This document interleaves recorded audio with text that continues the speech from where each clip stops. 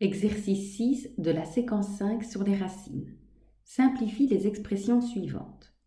Racine cubique de 27. Le plus simple pour calculer des racines cubiques, c'est de décomposer le nombre qui est sous la racine en facteurs premiers. 27, c'est 3 fois 3 fois 3. J'écris donc racine cubique de 3 fois 3 fois 3. Comme pour la racine carrée, on va pouvoir faire sortir des nombres. Alors, non pas quand ils sont au carré, mais quand ils sont au cube, donc au nombre de 3. Ici, j'ai bien 3 fois le facteur 3, donc je sors 3. Moins racine cubique de 27. On sait que racine cubique de 27, c'est 3. Et comme il y a un moins devant, la réponse, c'est moins 3. Moins racine cubique de moins 27. Contrairement aux racines carrées, les racines cubiques acceptent des nombres négatifs. En effet, moins 27, c'est moins 3 fois moins 3 fois moins 3.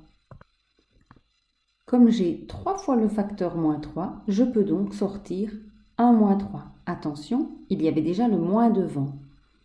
J'ai donc moins 3. Moins 3, ça donne 3. Moins racine cubique de 27 exposant moins 1. Première chose, je dois rendre l'exposant positif, donc je vais inverser 27. J'ai donc moins racine cubique d'un 27e. Et un 27e, c'est 1 tiers fois 1 tiers fois 1 tiers. J'ai donc 3 fois le facteur 1 tiers que je peux donc sortir. Réponse, moins 1 tiers. Racine cubique de 320 sur racine cubique de 5. Je vais utiliser la propriété qui dit que le quotient de deux racines, c'est égal à la racine du quotient. J'obtiens donc racine cubique de 320 cinquièmes.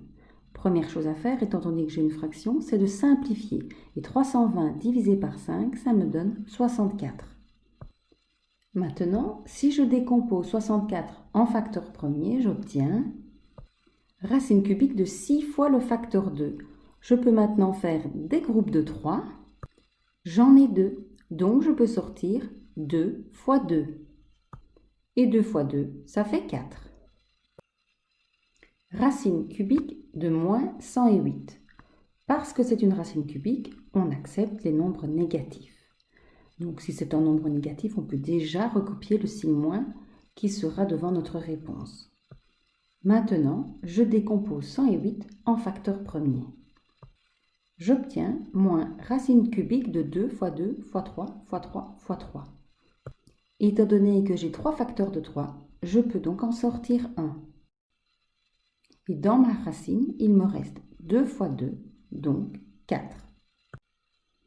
Racine cubique de 729. Je décompose 729 en facteur premier. J'obtiens 6 fois le facteur 3. En les associant par 3, je vois que je peux faire deux groupes.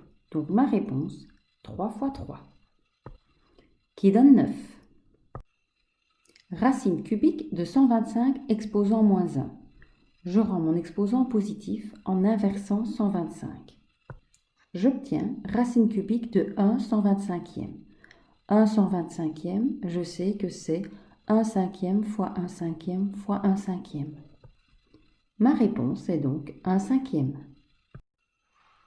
Racine cubique de 3 fois racine cubique de 3 exposant 5. J'utilise la propriété qui dit qu'un produit de deux racines est égal à la racine de ce produit. J'obtiens donc racine cubique de 3 fois 3 exposant 5. Et 3 fois 3 exposant 5, ça me donne 3 exposant 6.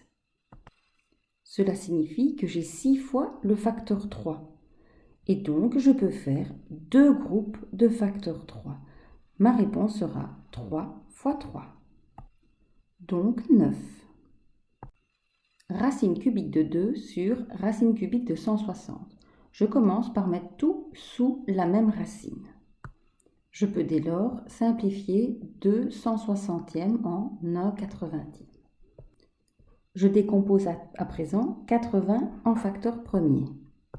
J'obtiens racine cubique de 1 sur 2 fois 2 fois 2 fois 2 fois 5.